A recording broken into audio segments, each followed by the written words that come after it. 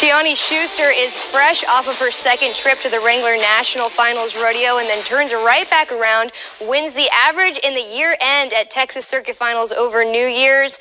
Tiani joins us now on Western Sports Roundup. And Tiani, you had so much consistent success on your awesome horse Showmance. But the first question I got to ask is, you were at the NFR and you really didn't have much turnaround to get him ready for circuit finals. And what did you focus on?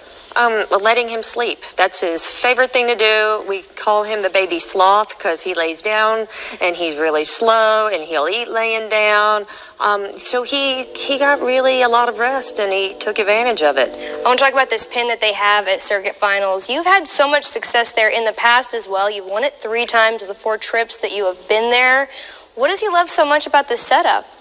I think Waco's just such a really good place. David Smith is the facilities director. He is so in tune with the dirt there. He prides himself on having such just impeccable ground. I think even if the ground was bad there, it would still be the best ground that we could run on anywhere. Right, it's kind of a barrel racers fan favorite arena. They have WPRA finals there and then, of course, Texas Circuit Finals. But this event, Texas Circuit Finals, is arguably one of the toughest circuits in the country. And so it means a lot to be able to get both titles. Yeah, and so we've been 3 times now, and this is our second dual buckle win, and it's just such an honor. And the first circuit finals I ever qualified for was the Texas Circuit Finals, and I don't know how to even put it into words. It's just butterflies and unicorns and such a fantasy. And that was a circuit growing up that, you know, I always wanted to qualify for, and to win it, and now to say that I've won it 3 times, I just can't even put that appreciation into words, all the committees and the people that have made that happen, and how to say thank you. Well, Tiani, you and Showmance obviously have so much confidence. In round number 1, you came out there with a 15.89, but as you look at this run coming up right here, it was so smooth. Like, Showmance just looks like he is performing and feeling almost the best of what we've seen this entire year. He does not miss a step. So that was one of the best first barrels that I've ever had, I think, on that horse. And then, you know, his second was really sharp and snappy. And at the third, I got a little bit by it.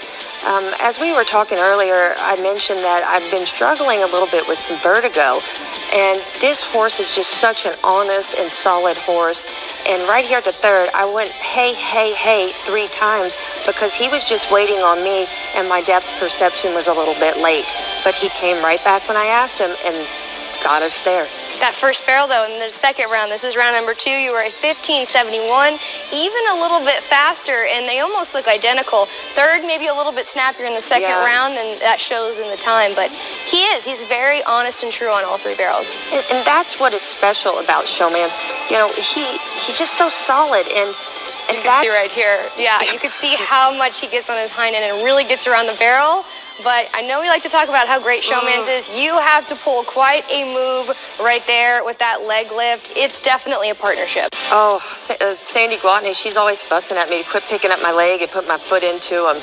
And then here in the final round, I'm telling you, they get the ground so amazing there. It just got faster and faster, and he just took advantage of the situation.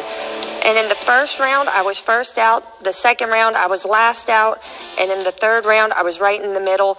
But the conditions, I mean, what do you say? You just have to say, you know, tip of the hat to the crew there. Well, and he showed up each and every round. You were second in round 1, second and third round, and that last one with that 15.67, like you said, he just consistently got faster throughout the whole thing to win both titles. And how much trust do you have in him at this pin and throughout the year, no matter what kind of setup you throw at him? Oh, I trust that horse completely, and especially with struggling with the vertigo situation, I have to, because if I get a little off tilter, you know, he's got to be there to pick up any mistakes that I make. So, and that's one of the blessings about like a bigger, stronger horse. They don't have to have that perfect run to still be able to win or even get a check. You know, those smaller horses, for me, I find, you know, I might make a mistake and those smaller horses will show it, and that sometimes takes us out of contention.